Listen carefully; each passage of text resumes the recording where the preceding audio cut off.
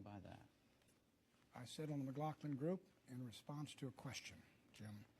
They said, do you think that the Congress of the United States will resist this demand for further aid? I said, threw out a crack I'd heard. I said, no, the Congress of the United States is Israeli-occupied territory. What I meant by that is the most powerful lobby in Washington, which Congress can't stand up to, one of the most powerful, is certainly the pro-Israeli lobby. It has gotten its way in this town year in and year out.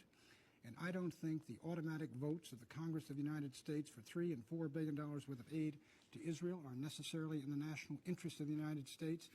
And that comment, which is to ridicule the subservience of the Congress of the United States, is perfectly valid.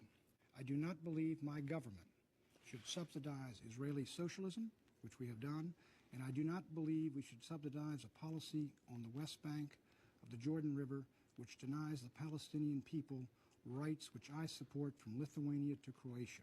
But if I also believe that Pat Buchanan is entitled to stand up and speak out against any kind of political lobby, whether it's the Greek lobby, Aid for Greece, or whether it's the pro-Israeli lobby, Aid for Israel, without being called vile names. And you think that's what's happened to you? Let me tell you something, Jim.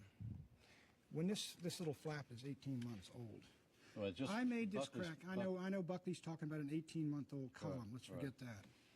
When this broke, I made that wiseacre crack about the Amen Corner. It was wiseacre, and it was very funny. You know what happened as a consequence of that? People called my newspapers that carried my column and said, drop Buchanan.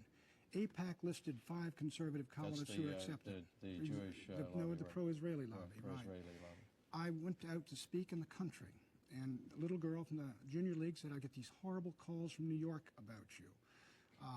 There are individuals who are pro-Israeli, go around the country and speak in synagogues and say, call CNN and get Pat Buchanan taken off the air.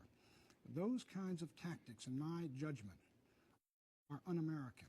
They are done in the name of the First Amendment, and they violate the spirit of the First Amendment. You know me. I've been in this town for 25 years, 30 years.